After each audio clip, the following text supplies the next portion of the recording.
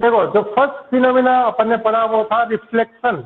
Reflection ये कहता है कि लाइट रेस अगर किसी शाइनिंग सरफेस से स्ट्राइक करती है तो स्ट्राइक करने के बाद वो बाउंस बैक हो जाती है ना, मतलब वापस उसी सेम पाथ पर उसी सेम मीडियम में वापस वो रिटर्न हो जाती है, और उसको अपन रिफ्लेक्शन कहते हैं। रिफ्लेक्शन अलग चीज है, रिफ्लेक्शन अलग है। तो रिफ्लेक्शन क्या होता है? रिफ्लेक्शन लाइट का तब होगा जब लाइट एक मीडियम से दूसरे मीडियम में एंटर करती है ना। मीडियम कौन कौन सा हो सकता है जिसमें लाइट ट्रेवल करती है? तो वो कौन सा हो सकता है? या तो सॉलिड होगा, या लिक्विड होगा, या गैस होगा। There are the medium which are available for the travelling of light. नहीं है कोई मीडियम तब भी लाइट ट्रेवल होगी, पर मीडियम अगर अवेलेबल है तो ये है, या तो सॉलिड होगा, लिक्विड होगा, या गैस होगा जो उसको अवेलेबल होगा जिसके द्वारा वो ट्रेवल कर सकती है। पर जो इम्पोर्टेंट थिंग है वो ये है कि इनके अंदर जो लाइट की स्पीड होती है वो सेम नहीं होती है। The speed of light in solid, liquid and gas is not same, ये सेम नहीं है ना। तो चूंकि अपन जानते हैं कि सॉलिड के पार्टिकल क्लोज होते हैं, लिक्विड के थोड़े से दूर होते हैं, और गैस के बहुत ज़्यादा दूर होते हैं, तो इनके आधार पे अपन ये एक्सपेक्ट कर सकते हैं कि जो लाइट की रेस जो स्पीड है वो सबसे ज़्यादा किसमें होगी?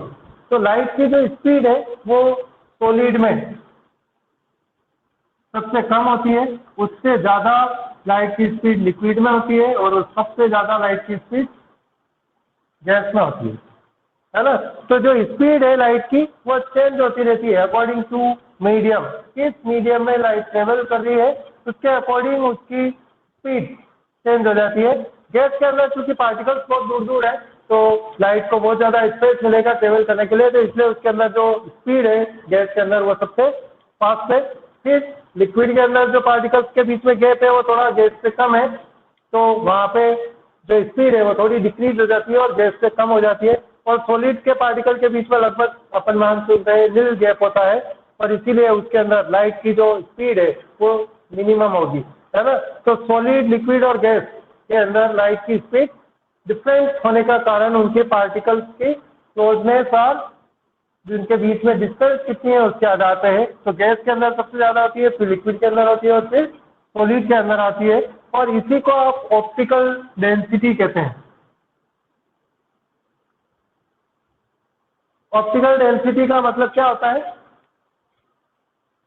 ये अपन आप देखेंगे। ऑप्टिकल डेंसिटी, ऑप्टिकल डेंसिटी का मतलब होता है कि ऑप्टिकल कहते हैं लाइट को, लाइट के हिसाब से कौन कितना डेंसर है ना। तो ऑप्टिकल डेंसिटी के आधार पे मीडियम या तो डेंसर हो सकता है या रेयर मीडियम हो सकता है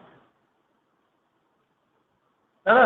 डेंसर मीडियम और रेयर मीडियम का मतलब होता है जिस मीडियम में लाइट की स्पीड, है ना, जहाँ पे पार्टिकल क्लोज होंगे और लाइट की स्पीड स्लो होगी, तो उस मीडियम को डेंसर मीडियम कहते हैं। और रेयर मीडियम वो होगा जहाँ पे पार्टिकल्स के बीच में गैप ज़्यादा होगा और लाइट की स्पीड फास्ट होगी। The medium in which the particles are very close to each other so the speed of light is slow, that are called denser medium. इसको ऑप्टिकल डेंसिटी कहते हैं। डेंसिटी किस आधार पे? ऑप्टिकल आधार पे, मतलब light की speed के आधार पे उसको। तो डेंसर मीडियम वो है जिसके अंदर पार्टिकल क्लोज है और लाइट की स्पीड स्लो होगी। रेयर मीडियम वो है जहाँ पे स्पीड जो पार्टिकल्स के बीच में गैप है वो ज़्यादा है और इसीलिए लाइट की स्पीड फास्ट होगी। तो आपको कंपेयर किसके आधार पे करना है? सॉलिड, लिक्विड और गैस के आधार पे कंपेयर करना है।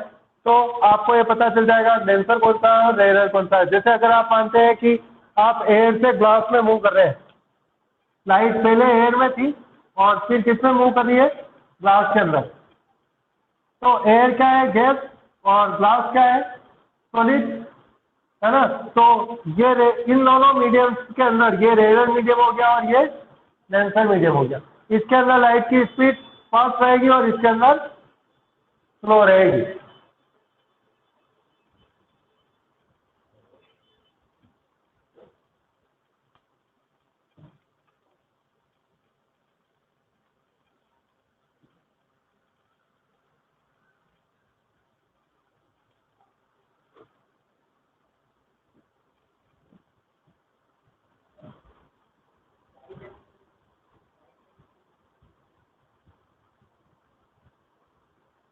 ठीक है, तो समझ में आ गया। तो आपको दो मीडियम को कंपेयर करना है, किस दो मीडियम में कंपेयर कर रहे हैं आपको पता चल जाएगा कौन सा डेंसर है और कौन सा रेयर है।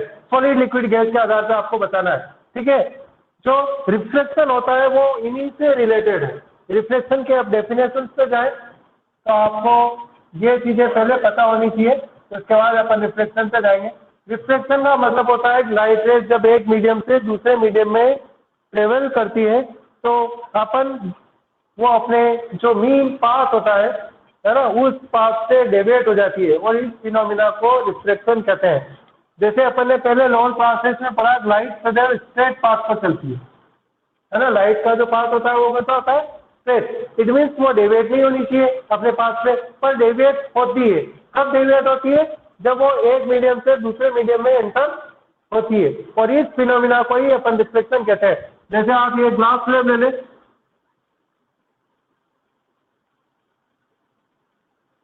ये किसकी बनी हुई है, ग्लास। इसके ऊपर क्या है, एयर। ठीक है, अब अगर आप किसी लाइट रेज को एयर से ग्लास स्लैब के ऊपर गिराएंगे तो मीडियम चेंज हो गया, है ना। ये आपकी लाइट रेज आई, ठीक है। इसके ऊपर आपको नॉर्मल बनाना है और ये लाइट रेज क्या होगी, थोड़ी सी अपने पाथ से डेविएट हो जाएगी। इसका जो मीन पाथ है वो कौन सा रहेगा, स्ट्रेट।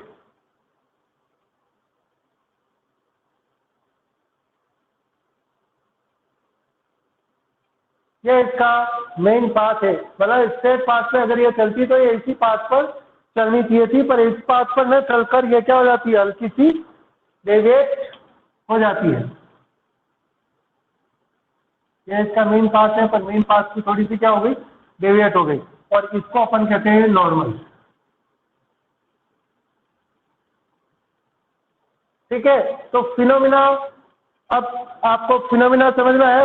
रिफ्लेक्शन क्या होता है, लाइट रेस अगर एक मीडियम से, यहाँ पे देखो कौन से मीडियम से आई लाइट रेस, एयर के अंदर से, इसके अंदर एंटर हुई है, ग्लास के अंदर, है ना। तो एयर के अंदर से अगर ग्लास के अंदर आती है तो लाइट की स्पीड चेंज हो जाएगी, और इसीलिए वो अपने जो ओरिजिनल पाथ होता है उसका स्ट्रेट पाथ, उससे वो डेविएट हो जाती है, और डेविएट होने के बाद वो अपने मूल जो ओरिजिनल पाथ है उसको छोड़ देती है और उससे थोड़ी सी डेविएट हो जाती है, और इस फिनोमिना को रिफ्लेक्शन कहते हैं, है ना। और ये डेविएशन का होगा, the surface which separates the two medium, है ना। तो डेफिनेशन ये होगी, when the light rays enter from one medium to another medium then it will bend, it will deviate from its original path on the surface separating the two medium. एक बार और सुन लो, when a light rays enter from one medium to another medium, then it deviates from its original path on the surface which is separating the two media, है ना। कौन सी सतह पे deviate होगी, उस surface पे जो दो मीडियम को क्या करती हो, सेपरेट करती हो। ये सरफेस अगर आप इसको नाम दे दें ए बी सी और सी, तो ए बी सरफेस वो है जो दो मीडियम को सेपरेट करती है, एयर और ग्लास को। तो उस सेपरेटिंग सरफेस पर लाइट रेस अपने ओरिजिनल पाथ से डेविएट हो जाती है, और इस फिनोमिना को अपन रिफ्लेक्शन कहते हैं। तो रिफ्लेक्शन की डेफिनेशन समझ में आ गई आपको। रिफ्लेक्शन क्या होगा, रिफ्लेक्शन वो फिनोमिना है जब लाइट रेस एक मीडियम से दूसरे मीडियम में एंटर होती है तो अपने ओरिजिनल पाथ से डेविएट हो जाती है, कहाँ पर, उस सरफेस पे जो उन दोनों मीडियम को सेपरेट करती है। ये आपका डेफिनेशन हो गया। अब आपको रीजन भी पता होना चाहिए, बट व्हाई, आखिर रिफ्लेक्शन क्यों होता है, रिफ्लेक्शन होता है क्यों है। तो रिफ्लेक्शन अभी तुमको बताया, ये रीजन है रिफ्लेक्शन का, speed. The speed of the light is not same in all the medium, है ना। जब लाइट रेस एक मीडियम से दूसरे मीडियम में एंटर करती है तो उसकी स्पीड चेंज हो जाती है, और उसी की वजह से डेविएशन होता है। तो रीजन समझ में आया, है ना, change in speed.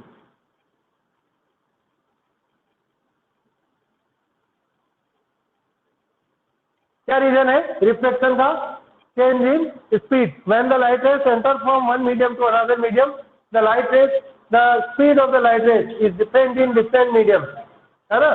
So when it enters from one medium to another medium, its speed changes and this will lead to the refraction of light या deviation of the light, है ना।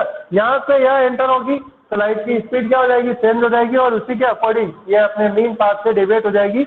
ये इसका रीजन है रिफ्लेक्शन का, ठीक है ना। तो रिफ्लेक्शन इसकी वजह से होता है। अब आपको ये पता चलना चाहिए कि रिफ्लेक्शन, देखो डेविएशन मैंने कहा कि ये डेविएशन दो प्रकार का हो सकता था। इसी डेविएशन को मैं ऐसे भी बना सकता हूँ, मैं डेविएट इधर करूँ कोई जरूरी नहीं है, मैं इसको डेविएट ऐसा भी कर सकता था।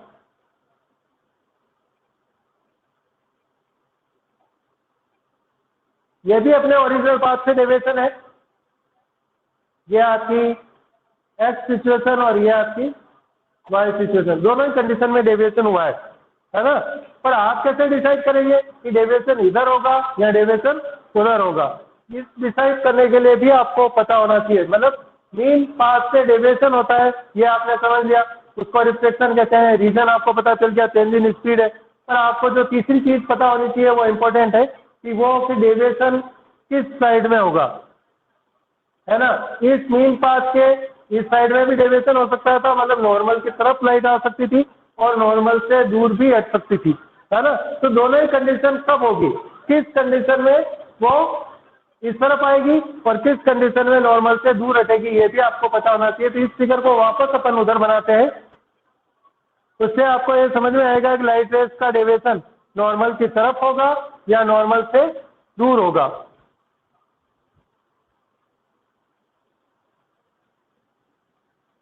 उसके लिए आपको वापस एक ग्लास स्लैब बनानी पड़ेगी। पाथ है ए बी सी और सी इसकी आउटर सरफेस है, ठीक है। इस सरफेस पर नॉर्मल वही होगा जो रिफ्लेक्शन के लिए होता है, the imaginary line which is perpendicular to the surface separating the two media. यहाँ पे आपका ऊपर वाला मीडियम कौन सा है, एयर, नीचे वाला मीडियम कौन सा है, ये ग्लास। इन दोनों मीडियम को सेपरेट करने वाला सरफेस कौन सी है, ए और बी। और इस सरफेस पे अगर आप 90 डिग्री की किसी इमेजिनरी लाइन को इमेजिन करते हैं तो वो होगा नॉर्मल। उसको आप क्या कहेंगे, normal. The imaginary line which is perpendicular to the line to the surface separating the two media is called normal. जो दो मीडियम को सेपरेट करने वाली सरफेस है उसके ऊपर अगर आप 90 डिग्री से कोई ये लाइन डालते हैं तो वो लाइन क्या कहलाएगी, नॉर्मल कहलाएगी।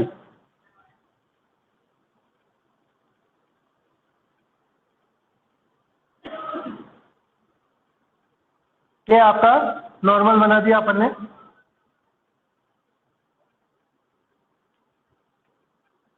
ठीक है, फिर अपने को क्या करना है, एक लाइट रेस को पास करना है। तो आपको पहले पता होना चाहिए दोनों मीडियम कौन से हैं। एयर जो मीडियम है वो रेयर मीडियम है और ग्लास जो है वो डेंसर मीडियम है। अब नॉर्मल से क्लोज और फास्ट वो कंडीशन कैसे आती है वो आप पहले से लिख लें। नॉर्मल के क्लोज, रिफ्लेक्शन के बाद नॉर्मल के क्लोज तब आएगी लाइट रेस, जब वो रेयर मीडियम से डेंसर मीडियम में जाती है। तो जो डेविएशन होगा वो नॉर्मल के पास होगा।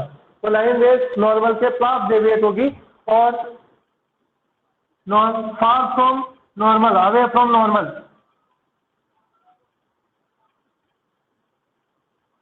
अवे फ्रॉम नॉर्मल कब होगी, जब लाइट रेस डेंसर से रेयर मीडियम में आती है ना। तो अगर लाइट रेस रेयर मीडियम से डेंसर मीडियम में एंटर होती है तो light rays will always deviate towards normal.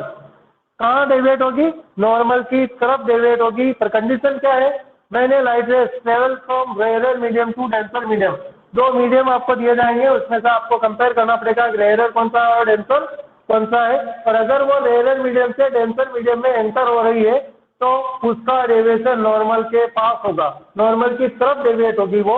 और अगर लाइट रेस डेंसर मीडियम से रेयर मीडियम में एंटर हो रही है तो वो नॉर्मल से अवे डेविएट होगी। डेविएट तो होगी, नॉर्मल से अवे का मतलब समझ में आया। ये आपका स्ट्रेट पाथ है, ये आपका नॉर्मल है, तो डेविएशन ये जो आपको दिख रहा है वाई वाला डेविएशन ये है क्लोज टू नॉर्मल, नॉर्मल से क्लोज।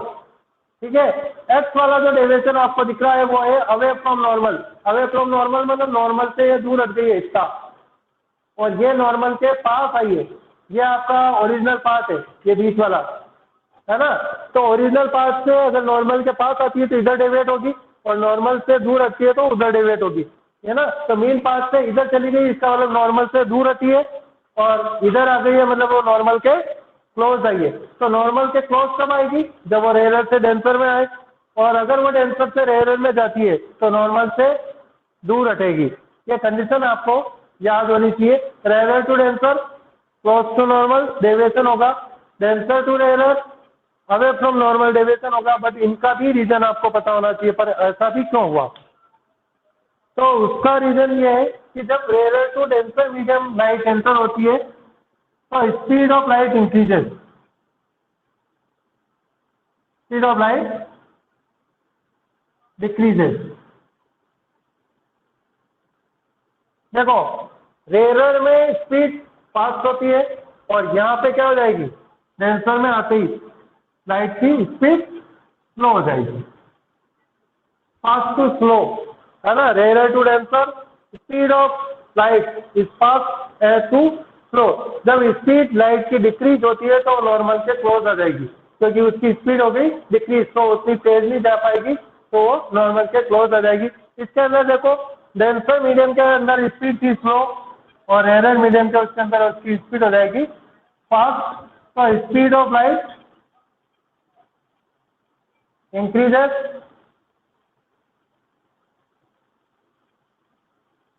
जो लाइट की स्पीड है वो इंक्रीज हो रही है जब वो slow to denser to rare medium में जा रहा है ना। तो डेंसर से रेयर में जाने पर उसकी स्पीड क्या हो गई?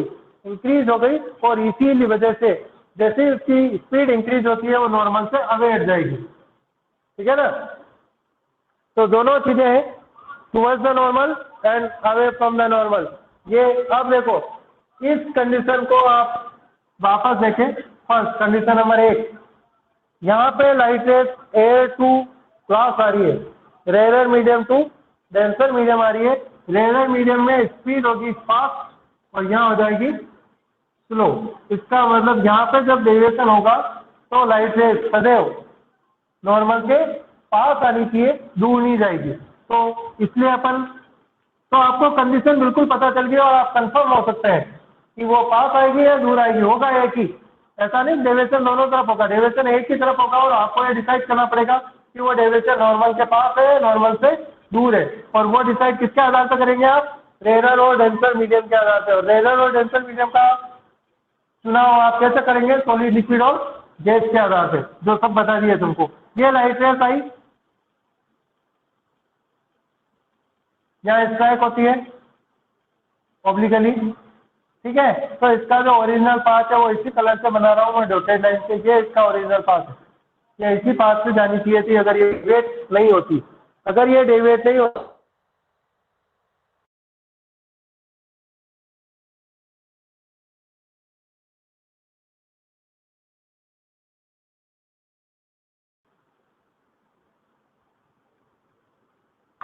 क्लोज टू नॉर्मल, ये आपका नॉर्मल है, तो नॉर्मल के क्लोज डेविएट होगी, मतलब उसका डेविएशन उधर नहीं होगा, इधर होगा, इस तरफ होगा। ठीक है ना।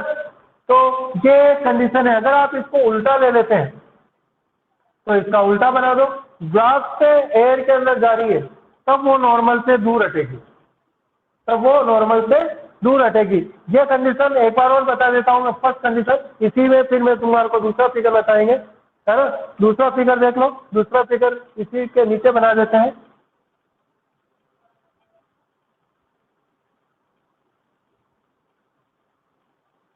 सेम टू सेम ग्लास में ए, बी, सी और डी, है ना।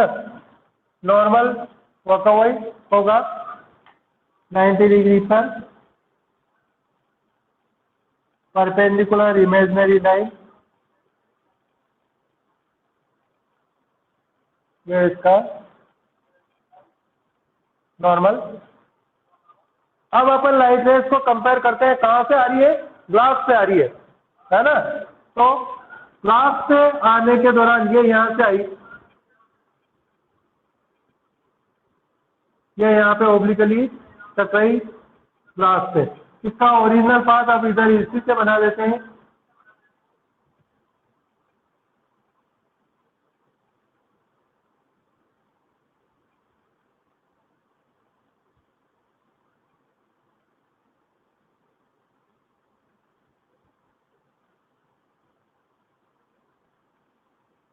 ये लाइट रेज यहाँ से ग्लास से आ रही है, कहाँ से आ रही है, ग्लास से, और जा कहाँ रही है, एयर के अंदर, है ना। यहाँ स्ट्राइक होगी। अब देखो ग्लास जो है वो आपको पहले ही बताया डेंसर मीडियम है, एयर क्या है, रेयर मीडियम है, फिर क्या हो जाएगी, फास्ट। तो अब जब डेविएशन होगा तो अब डेविएशन नॉर्मल से दूर होगा। इट मीन्स ये लाइट रेज जब डेविएट होगी तो इस मीन पाथ से इधर नहीं डेविएट होकर इधर डेविएट होगी। अब ये डेविएशन इधर होगा,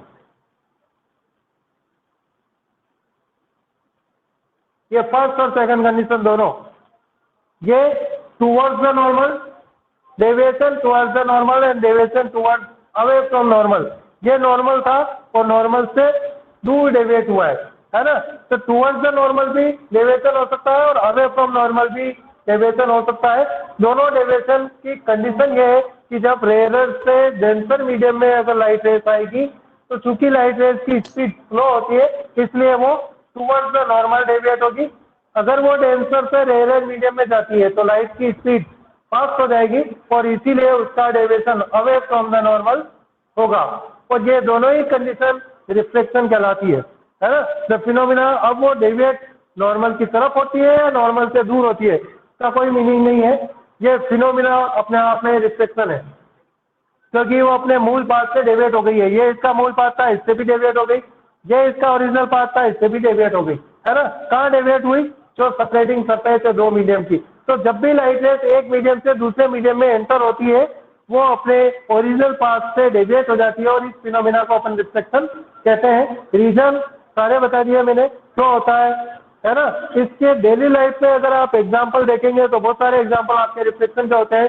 जैसे आप ग्लास भरे, पानी भरे ट्रांसपेरेंट ग्लास में जो कांच की बनी हो और उसके अंदर आप पेंसिल रख दें तो पेंसिल आपको जो वाटर की सरफेस है वहां से टेढ़ी दिखेगी, उसका रीजन भी रिफ्लेक्शन है। ठीक है, जितने भी आप कोई बर्तन देखते हैं, है ना, जिसमें पानी भरा हो उसके अंदर आप सिक्का रख दें तो सिक्का भी आपको थोड़ा सा ऊपर दिखेगा और जिस पोजीशन पे आपको सिक्का दिख रहा है वो उसकी ओरिजिनल पोजीशन नहीं है, वो थोड़ा सा अप दिख रहा है ना, उसकी ओरिजिनल पोजीशन थोड़ी डाउन है और वो भी रिफ्लेक्शन की वजह से ही होता है। ठीक है, इसी तरह से अगर आप कोई पानी का हौज देखते हैं और पानी के हौज में जो पेंदा है, पानी के अंदर आपको जिसकी जो गहराई पे जो पेंदा दिख रहा है वो ऊपर है सदैव, उससे वो ज्यादा गहरा है पर कम नहीं है ना। तो उसकी गहराई आपको केवल बाहर से जो वाटर से दिखे उससे नहीं मापनी चाहिए क्योंकि वो गहराई वास्तविक नहीं है। आपको जो पेंदा दिख रहा है वो ऊपर दिखेगा और वास्तव में पेंदा होगा नीचे, मतलब वो जो हौज है वो ज्यादा गहरा है जैसा आपको दिख रहा है उससे, है ना। वो भी रिफ्लेक्शन की वजह से, है ना। तो एक्टिविटीज दे रखी है तुम्हारी बुक में 10.7, 10.8 दोनों, वो केवल इसी को शो करती है। उस एक्टिविटी को मैं बता देता हूँ किस प्रकार से बताइए। वो इस प्रकार से, ये आपका पानी का टम्बलर है जिसके अंदर आपने पानी भर रखा है। इसके अंदर अगर आप एक सिक्का डालते हैं, ये सिक्का रखा है, तो ये सिक्के से जो लाइट रेज जाएगी वो ऐसे जाएगी।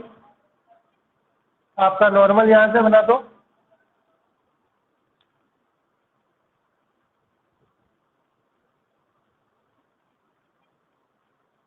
ये नॉर्मल, और चूंकि ये ग्लास वाटर से एयर के अंदर जा रही है, डेंसर टू रेयर जा रही है, इसलिए ये अवे फ्रॉम नॉर्मल जाएगी, है ना। तो नॉर्मल से दूर हटेगी, नॉर्मल से दूर हटेगी मतलब ये इसका ओरिजिनल पाथ है। ओरिजिनल पाथ इसी कलर से बना देते हैं, ये इसका ओरिजिनल पाथ है, पर ओरिजिनल पाथ से डेविएट हो जाएगी और ये इस प्रकार से जाएगी। तो यहाँ आपकी आई से तो आपको ये दिखेगा, पर अब आपको सिक्का कहाँ दिखेगा? इसका जो पाथ है स्ट्रेट पाथ यहाँ पे, तो सिक्का आपको यहाँ दिखेगा। तो ये तो ओरिजिनल पोजीशन है और ये अपीरेंट पोजीशन है, इतना ऊपर दिखेगा आपको, है ना? तो रीजन समझ में आया क्यों आपको चीजें ऊपर दिखती है? रीजन वही है, रिफ्लेक्शन। देखो यहाँ से लाइट रेज गई इस सरफेस पे, वाटर से एयर में एंटर होगी, पर एयर जो है वो रेयर मीडियम है, तो वो अवे फ्रॉम नॉर्मल डेविएट होगी। अवे फ्रॉम नॉर्मल डेविएट होगी तो इस प्रकार से डेविएट हो जाएगी मेन पाथ से। अब ये जो पाथ डेविएशन वाला है इसको आप स्ट्रेट बढ़ाएं, जहाँ पे आपको स्ट्रेट बढ़ाने पर मिलेगा उस पोजीशन पे आपको वो सिक्का दिखेगा, पर वो अपीरेंट पोजीशन है, ओरिजिनल पोजीशन उसके नीचे है, डाउन है, ठीक है ना? तो अपीरेंट पोजीशन और ओरिजिनल पोजीशन में डिफरेंस है और वो इस रिफ्लेक्शन की वजह से आता है। तो ये सारे फिनोमिना जो आप डेली लाइफ में देखते हैं, जहाँ पे भी आपको कोई चीज बेंच दिखती है, इसको सिंपल तरीके से ऐसे भी कर सकते हो। कोई ग्लास स्लैब लो और उसके एक प्लेन पेज लो, प्लेन पेज के ऊपर लाइन खींच दो स्ट्रेट, है ना, पेंसिल से, और उसके ऊपर ग्लास स्लैब रख दो।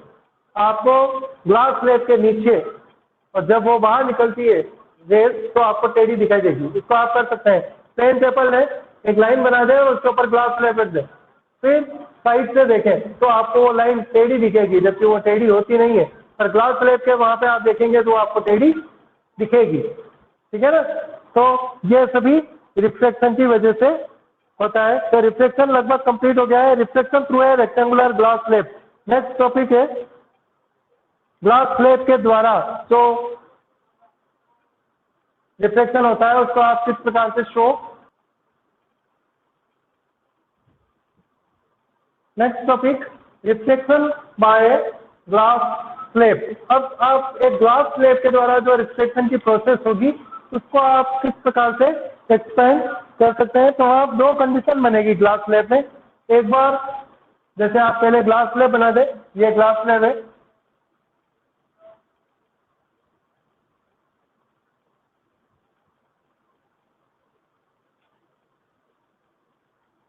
ए बी सी एंड डी, ये इसकी मार्जिन है जो सरफेस है, और ये आपका ग्लास स्लैब है। ऊपर भी एयर है और नीचे भी एयर है। ग्लास डेंसर मीडियम है, ये रेयर मीडियम है, और एयर भी रेयर मीडियम है। पहले इसके ऊपर आप एक नॉर्मल बना दें, तो नॉर्मल अपन इस ब्लैक वाले से बना देते हैं जो इसके ऊपर परपेंडिकुलर है। ये आप normal to surface A B. देखो यहाँ पे जब लाइट रेस इसके ऊपर गिरेगी फर्स्ट ए बी सरफेस पे, तो आपकी लाइट रेस आ रही है कहाँ से? एयर से। एयर से आ रही है, कहाँ से आ रही है? ये एयर के अंदर से एंटर हो रही है, और इसका जो स्ट्रेट पाथ है वो स्ट्रेट पाथ आप इसी से बना दे।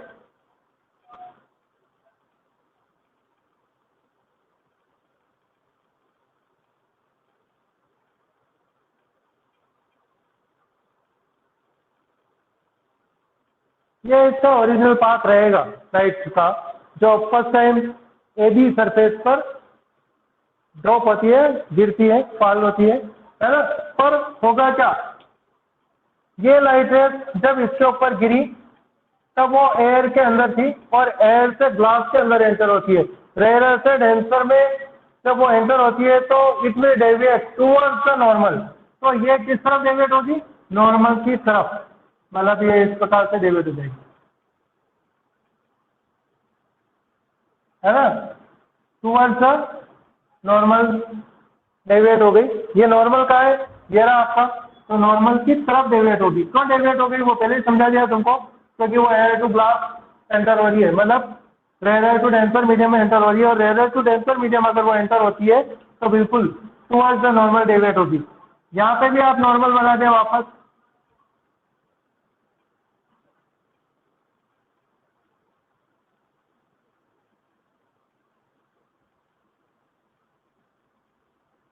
ये सेकंड फेस CD के लिए नॉर्मल है। अब यहाँ कंडीशन उल्टी हो गई, इसका जो ओरिजिनल पाथ है वो अलग है ना, वो ओरिजिनल पाथ आपका ये रहेगा स्टेप, उसको नहीं बना रहे अपन, है ना। पर यहाँ पे अब एंटर हो रही है glass to air, denser to rarer, तो स्पीड इंक्रीज होगी, तो यहाँ पे जो डेविएशन होगा वो अवे फ्रॉम द नॉर्मल होगा, है ना। पहले किस तरफ डेविएट हुई वो टूवर्ड्स द नॉर्मल, अब डेविएट होगी अवे फ्रॉम नॉर्मल, मतलब ये इस प्रकार से डेविएट हो जाएगी।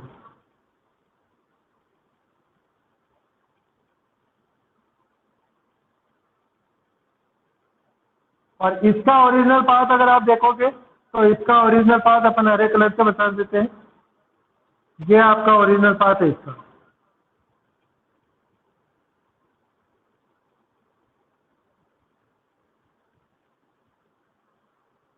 है ना। ये सिचुएशन बनेगी, है ना। तो इस रेस को अपन इमर्जेंट रे कहते हैं। इंसिडेंट रे है ये फर्स्ट, सेकंड जो आई वो आपकी इमर्जेंट है। ये एक दूसरे के पैरेलल हो जाएगी। Incident ray and emergent ray will be parallel to each other, ये दोनों के एक दूसरे के पैरेलल हो जाएगी ग्लास स्लैब में। ये चीज इंपॉर्टेंट है ग्लास स्लैब के लिए कि आपको ये प्रूव करना पड़ेगा। तो क्यों ऐसा क्यों हुआ, क्योंकि ये जो एंगल ऑफ डेविएशन है, कितने एंगल से ये डेविएट हुई इस तरफ, उतना का उतना एंगल यहाँ पे भी होगा। तो ये एंगल, जितने एंगल से ये इधर डेविएट होती है उतने एंगल से ये दूर भी हट जाती है ना। तो पास आना नॉर्मल के और दूर जाना इक्वल है पर अपोजिट है डायरेक्शन में, और इस वजह से इंसिडेंट है और इमर्जेंट है एक दूसरे की क्या हो जाती है, पैरेलल हो जाती है। एक बार और देख लो, फर्स्ट आपका इसका नाम दे देते हैं हम, ये XY रेस स्ट्राइक होती है सरफेस AB पे, चूंकि ये एयर टू ग्लास जा रही है इसीलिए डेंसर मीडियम में प्रवेश करती है और इसलिए टूवर्ड्स द नॉर्मल डेविएट होगी, और ये आपका Y टू Z से इसका रिफ्लेक्शन हो गया।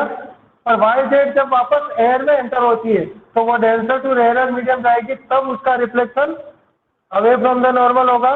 तो Z से ये वापस ZA, ये आपकी रे है, ये इमर्जेंट है, ये एंटर हुई और ये निकली।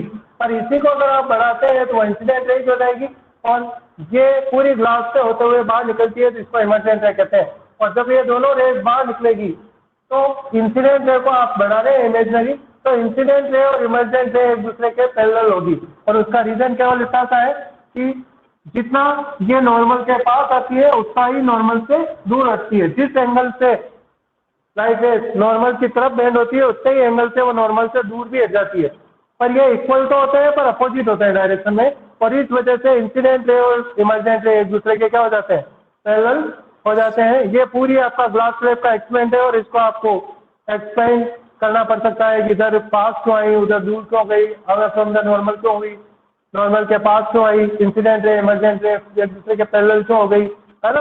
वो सारे फिनोमिना इसी से रिलेटेड है। ये टॉपिक कंप्लीट हो गया है। Next, reflect, loss of reflection. Next topic है आपका लॉस ऑफ रिफ्लेक्शन। रिफ्लेक्शन के कितने नियम है, 2 नियम है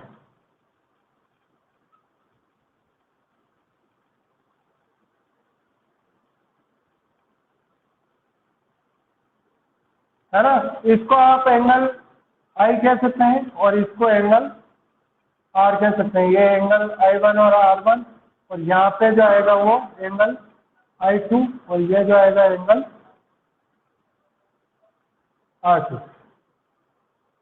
ठीक है, एंगल ऑफ इंसिडेंट और एंगल ऑफ रिफ्लेक्शन। यहाँ पे लॉस ऑफ रिफ्लेक्शन जो होता है वो ये कहता है कि साइन I और साइन R का जो रेशियो होता है वो कांस्टेंट होता है, और इसको स्नेल्स लॉ भी कहते हैं। First law of reflection. First law of reflection ये कहता है, देखो रिफ्लेक्शन में अपन ने देखा कि angle of incidence is equal to angle of reflection, but reflection के अंदर ये दोनों एंगल इक्वल नहीं होते हैं। एंगल ऑफ इंसिडेंट और एंगल ऑफ रिफ्लेक्शन बराबर नहीं होगा, क्योंकि वहां पे डेविएशन हो रहा है। बराबर कैसे होगा? डेविएशन हो रहा है ना, तो यहाँ तो नॉर्मल के पास आ रही है, नॉर्मल से दूर जा रही है, तो दोनों कंडीशन में या तो एंगल कम हो रहा है या एंगल ज्यादा हो रहा है ना। तो इसलिए यहाँ पे एंगल इक्वल नहीं होंगे, पर इनके साइन का जो रेशियो होगा, साइन आई मतलब एंगल ऑफ इंसिडेंट का साइन वैल्यू और एंगल ऑफ रिफ्लेक्शन का साइन वैल्यू का जो रेशियो होगा वो सदैव कांस्टेंट होगा, एक जैसा आएगा। मतलब यहाँ पे आप रेशियो निकाल लें और इन दोनों का रेशियो निकाल लें, सेम आएगा। इन दोनों का जो रेशियो आएगा उतना का उतना रेशियो नीचे आएगा। वो कैसा आएगा? जैसे इसमें जितना कम हुआ उसमें इतना बढ़ गया, रेशियो कांस्टेंट रहेगा, है ना। तो रेशियो क्या रहेगा? एंगल आई और एंगल आर का, साइन आई और साइन आर का रेशियो सदैव कांस्टेंट रहता है। इसको स्नेल्स लॉ कहते हैं और ये फर्स्ट लॉ ऑफ रिफ्लेक्शन भी है। सेकंड लॉ ऑफ रिफ्लेक्शन ये कहता है कि incident ray, reflected ray and normal always lies in a same plane. ये एक ही प्लेन में होते हैं। That is the second law of reflection. ये आपका सेकंड लॉ है रिफ्लेक्शन का। फर्स्ट लॉ कहता है the ratio of sine i and sine r is constant, है ना, ये कांस्टेंट रहता है और इसको स्नेल्स लॉ भी कहते हैं। सेकंड लॉ ये कहता है कि incident ray, reflected ray and normal ये always lies in the same plane. ये आपका सेकंड नियम है लॉस ऑफ रिफ्लेक्शन का। तो दोनों नियम आपको समझ में आ गए। नेक्स्ट टॉपिक है रिफ्लेक्टिव इंडेक्स।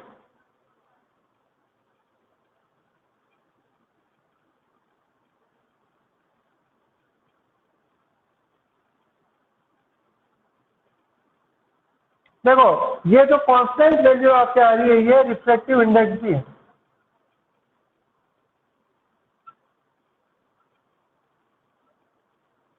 मतलब समझ में आ रहा है? रिफ्लेक्टिव इंडेक्स अपने आप में ये चीज है कि वो डेविएशन होता है तो कितने एंगल से डेविएशन होता है उसकी मेजरमेंट को रिफ्लेक्टिव इंडेक्स कहते हैं। When a light ray enters from one medium to another medium, then what amount it get diffracted? By what amount it get diffracted? The amount by which it get diffracted it gives the value of reflective index. उसको ही आप reflective index कहते हैं। इसका मतलब sign are और sign are का जो ratio है वो कांस्टेंट होता है और ये कांस्टेंट रिफ्लेक्टिव इंडेक्स ही कहलाता है ना। तो रिफ्लेक्टिव इंडेक्स ही है, तो इससे भी आप रिफ्लेक्टिव इंडेक्स निकाल सकते हैं।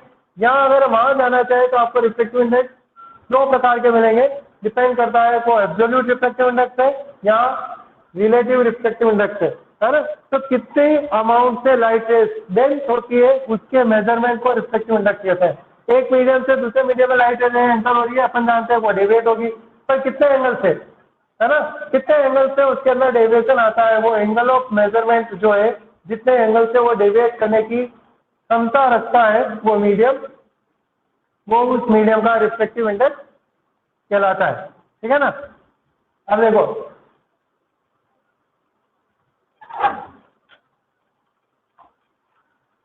तो रिफ्लेक्टिव इंडेक्स के लिए आपको दो मीडियम लेने पड़ेंगे।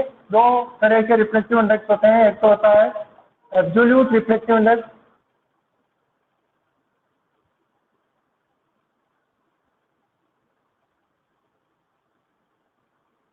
और दूसरा होता है रिलेटिव रिफ्लेक्टिव इंडेक्स।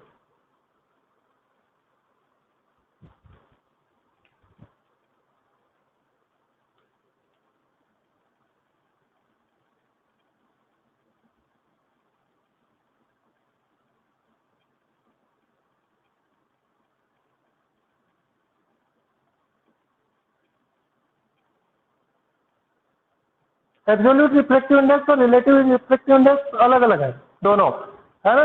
तो थोड़ा सा डिफरेंस है दोनों के अंदर। एब्सोल्यूट रिफ्लेक्टिव इंडेक्स क्या होता है, रिलेटिव रिफ्लेक्टिव इंडेक्स क्या होता है ना।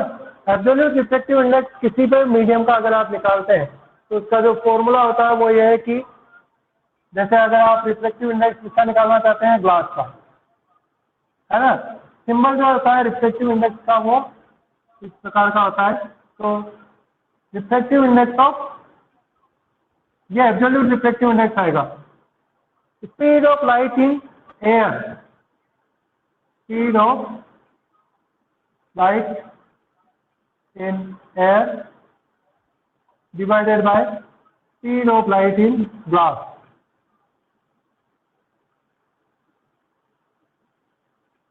ये जो रेशियो है ये ग्लास का एब्सोल्यूट रिफ्रैक्टिव इंडेक्स है। मतलब अगर आप किसी भी मीडियम का रिफ्रैक्टिव इंडेक्स निकालते हैं और एक मीडियम एयर है, मतलब एयर के रिफरेंस में अगर आप किसी मीडियम का रिफ्रैक्टिव इंडेक्स निकालते हैं तो वो सदैव एब्सोल्यूट रिफ्रैक्टिव इंडेक्स आएगा। मतलब एक मीडियम आपका सदैव क्या रहेगा, एयर, दूसरा मीडियम कुछ भी हो सकता है। तो जो दूसरा मीडियम ले रहे हो उसका रिफ्रैक्टिव इंडेक्स आप किसके कंपैरिजन में निकाल रहे हो, एयर के।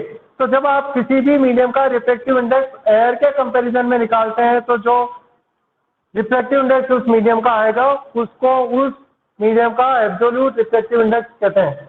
समझ में आ गया? तो अगर आप लाइट के कंपैरिजन में किसी भी मीडियम का रिफ्रैक्टिव इंडेक्स निकालेंगे तो वो सदैव क्या आएगा, एब्सोल्यूट रिफ्रैक्टिव इंडेक्स आएगा। स्पीड ऑफ लाइट जो है वो आपको याद रखनी पड़ेगी, वो होती है 3 × 10⁸ मीटर पर सेकंड। इस स्पीड को आपको याद रखना पड़ेगा। वो आपको हो सकता है दे, हो सकता है नहीं दे।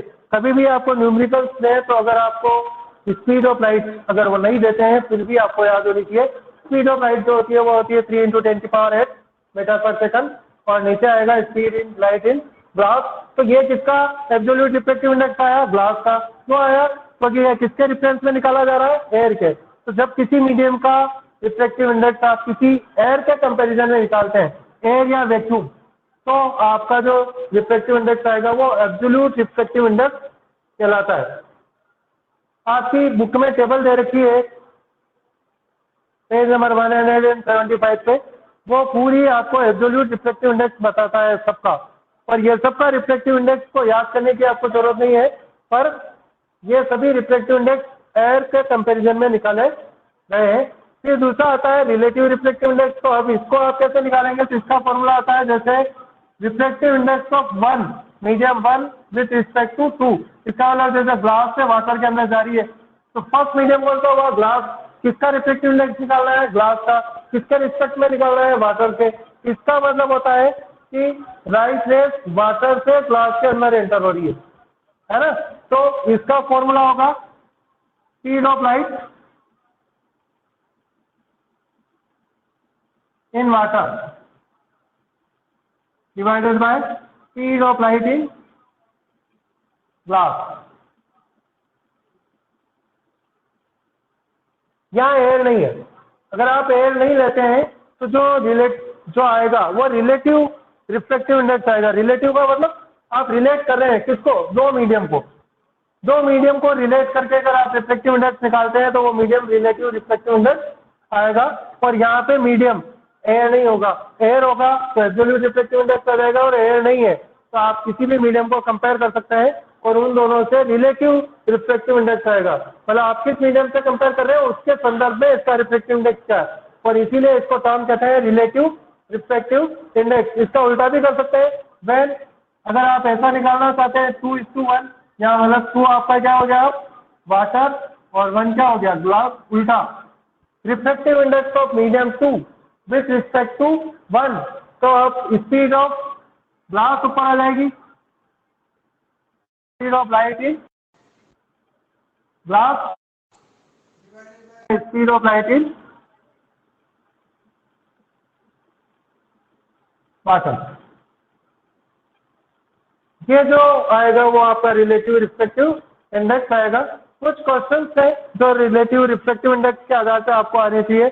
जैसे अपन कहें कि डायमंड वाटर है, वाटर का रिफ्रैक्टिव इंडेक्स आपको दिया जाता है कि इसकी वैल्यू 1.33 है। इसका यूनिट नहीं होती है, ऐसा यूनिट नहीं होती है इसकी। तो नहीं होती है क्योंकि दोनों स्पीड है और दोनों की जो ऐसा यूनिट है वो कैंसिल हो जाएगी। तो रिफ्रैक्टिव इंडेक्स की अपने आप में कोई ऐसा यूनिट नहीं होती है ना। इसका रीजन भी आप दे सकते हो क्योंकि जो दो यूनिट आप ले रहे हैं जिनको आप डिवाइड कर रहे हैं वो दोनों स्पीड है। ये भी स्पीड है, ये भी स्पीड है। इसकी भी जो ऐसा यूनिट होगी वो भी इसी की होगी, दोनों ऐसा यूनिट कैंसिल हो जाएगी। तो रिफ्रैक्टिव इंडेक्स की असल में कोई ऐसा यूनिट नहीं होती है। ठीक है, अब देखो इसका मीनिंग ये होता है कि speed of light is air और speed of light in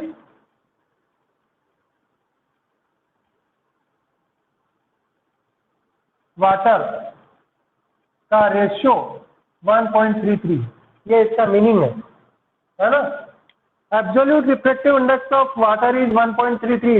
What this indicates? This indicates that speed of light in air और speed of light in water का जो रेशियो है वो 1.33 के बराबर है। लाइट की स्पीड आप जानते हैं 3 × 10⁸ मीटर पर सेकंड, और नीचे जो ग्लास की अगर आप वाटर की स्पीड रख देंगे तो दोनों का जो रेशियो आएगा वो 1.33 के बराबर आएगा। ठीक है ना। जो मेन एक और चीज है इसमें, जिसका रिफ्लेक्टिव इंडेक्स ज्यादा है वो ऑप्टिकल डेंसर भी होगा। आप कंपेयर कर सकते हैं, जैसे वाटर है और डायमंड है। वाटर का रिफ्लेक्टिव इंडेक्स क्या है? 1.33। डायमंड का रिफ्लेक्टिव इंडेक्स क्या है? 2.422। इसका रिफ्लेक्टिव इंडेक्स ज्यादा है डायमंड का, तो इसकी ऑप्टिकल डेंसिटी भी ज्यादा होगी, है ना। ऑप्टिकल डेंसिटी मतलब ये डायमंड जो है वो वाटर से ज्यादा डेंसर है, ये डेंसर होगा और ये रेयर मीडियम होगा। मतलब आप दो मीडियम की ऑप्टिकल डेंसिटी कंपेयर कर सकते हैं रिफ्लेक्टिव इंडेक्स के आधार पे। जिसका रिफ्लेक्टिव इंडेक्स ज्यादा उसकी ऑप्टिकल डेंसिटी भी ज्यादा, जिसकी रिफ्लेक्टिव इंडेक्स कम उसकी ऑप्टिकल डेंसिटी भी कम होती है। तो ऑप्टिकल डेंसिटी को आप आराम से कंपेयर कर सकते हैं। ऑप्टिकल डेंसिटी के आधार पे आप स्पीड ऑफ लाइट दे सकते हैं। डेंसर मीडियम है तो डायमंड के अंदर स्पीड जो होगी लाइट की वो क्या होगी? स्लो होगी, और इसके अंदर क्या होगी? फास्ट। ये भी कंपेयर कर सकते हैं आप।